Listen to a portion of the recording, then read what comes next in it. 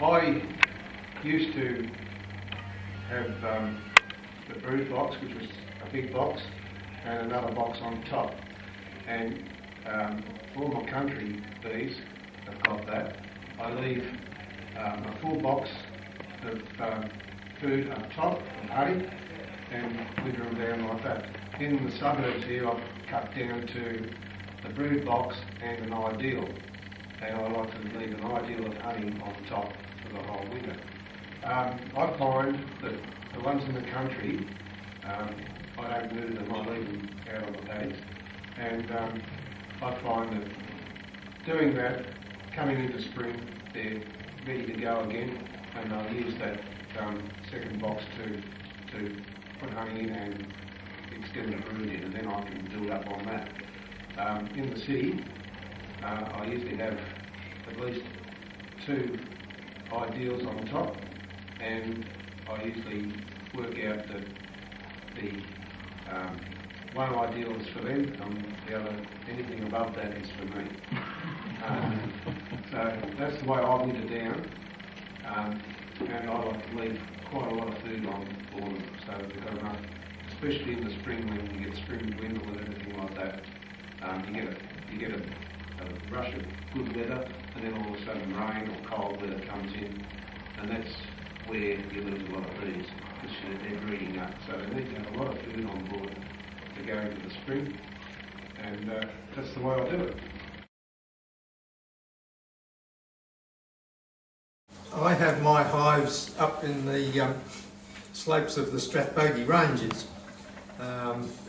not very far from Seven Creeks.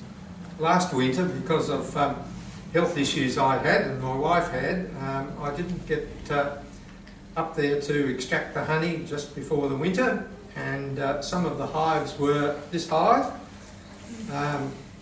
3 full depths and a couple of ideals on top, and they were sitting there all the winter.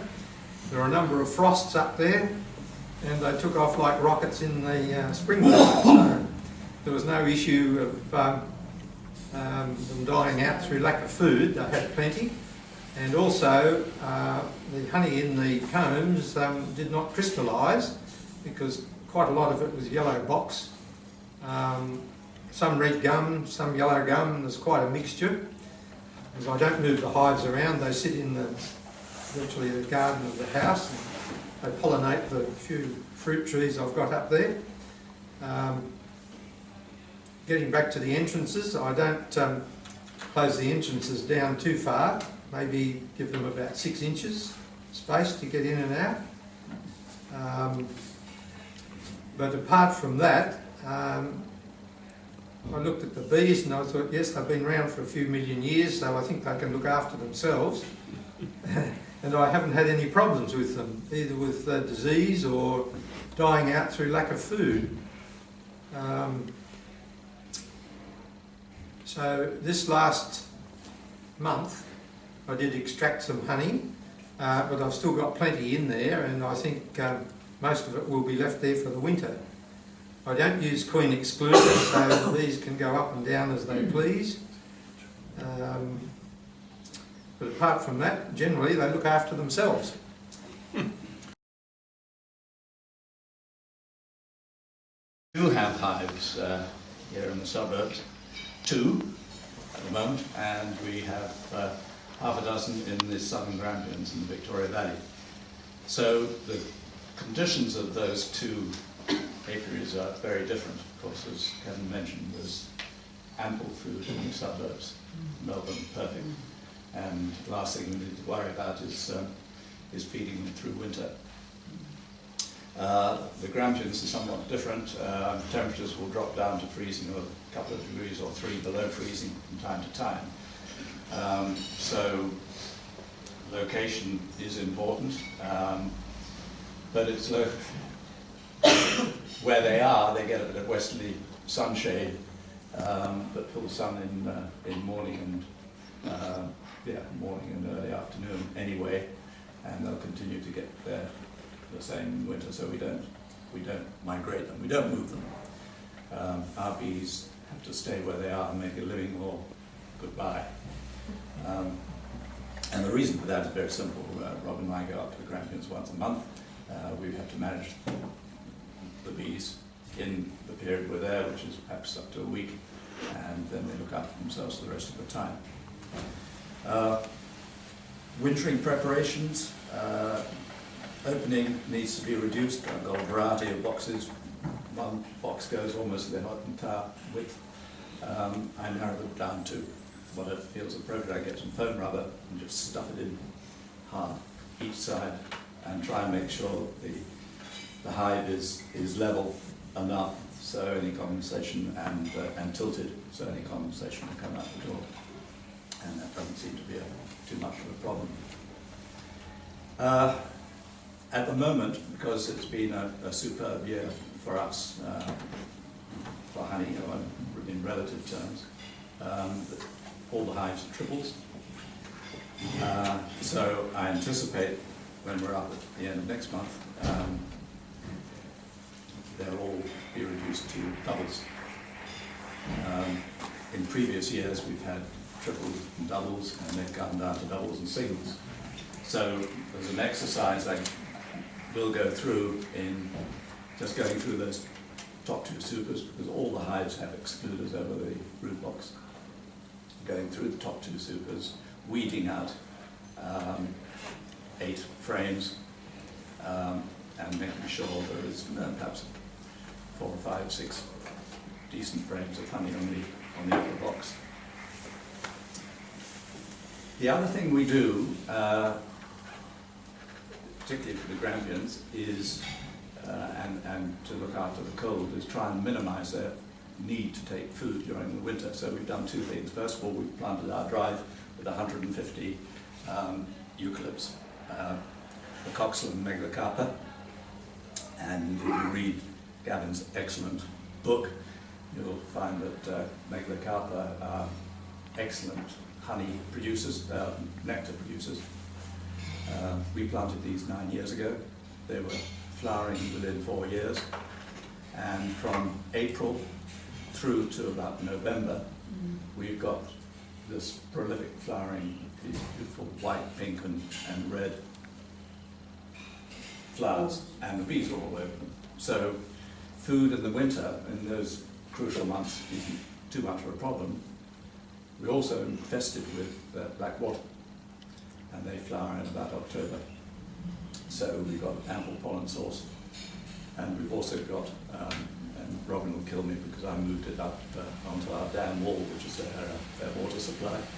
When we were clearing our drive, we've got cakeweed, and it's very pretty, and the bees love it, and it'll be out in September, go through to November probably, but it's a reasonably good food source, and Gavin will say, well, the bees get very cross when it closes up at 4 in the afternoon. So food is now not a problem. In the first 4 or 5 years we kept bees there, we did feed them sugar syrup when the hive felt particularly light. Now the other thing, the last 2 years we haven't fed them, haven't needed to, and I believe that it's because of the tea cozies I put on the hives. And manufactured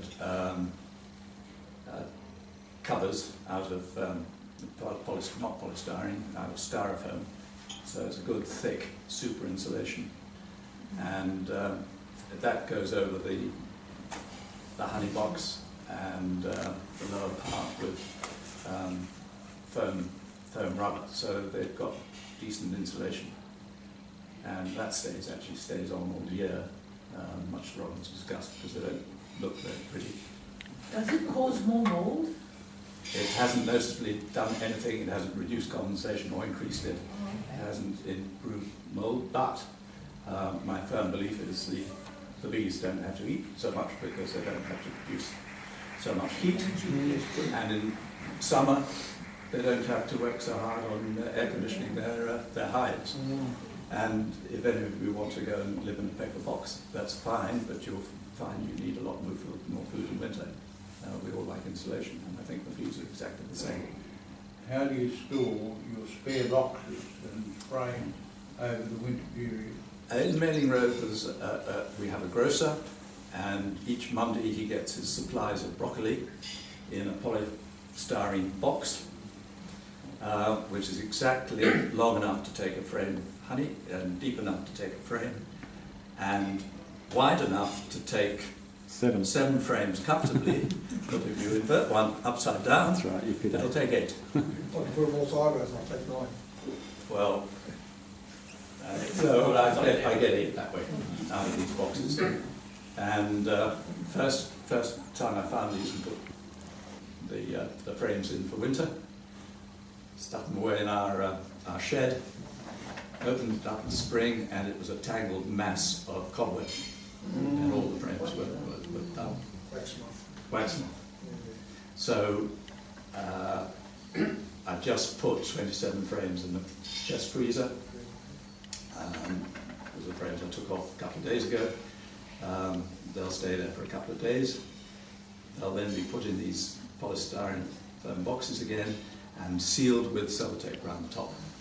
And not that bees or wax moths will get in the gap, but ants will. So just don't have a problem now with wintering the frames. What I do is usually leave a couple of frames of honey and pollen in the bottom box at all times, in case worse gets to the worst. And what I've done yesterday, wintering down, I'll leave about 3 frames of honey in the middle of the top, and the rest empty stickies or something. So at least they're not going to run out of honey straight away, getting fed by. That's about the main. But you really got to think about, how are they going to keep warm, and do insulation. I think it's an excellent idea, really. And defence, no. As far as I'm concerned, are absolutely not necessary in hive at all. They are not necessary. Of course, tilting forward a bit is very important. It makes it much easier for the bees to get rid of the rubbish. They keep cleaner that way as well. Yeah. There's no set rule really, but there's a few things you've got to remember. Heat rises, cold air goes down, and reduce the space. Make sure they've got enough feed in there. Good queens, of course. Plastic frames are okay. They're quite okay. I live in the suburbs of the west over there near the showgrounds, and I'm surrounded by fences and buildings. Yes. And as a consequence, I maintain it's much warmer there than it is out in the open paddocks, or even in some of the outlying suburbs. But I don't do anything over winter. I don't prepare them. I maintain they prepare themselves.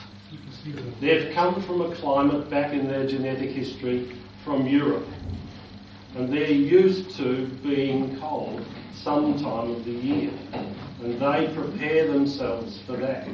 Now the questions that I've heard, like what happens to the queen when she's below the queen excluder, my answer is they take care of it. There's always enough bees there for them to take care of it. Now the nest may go through the queen excluder, but she'll be underneath it. So she'll be ready for spring.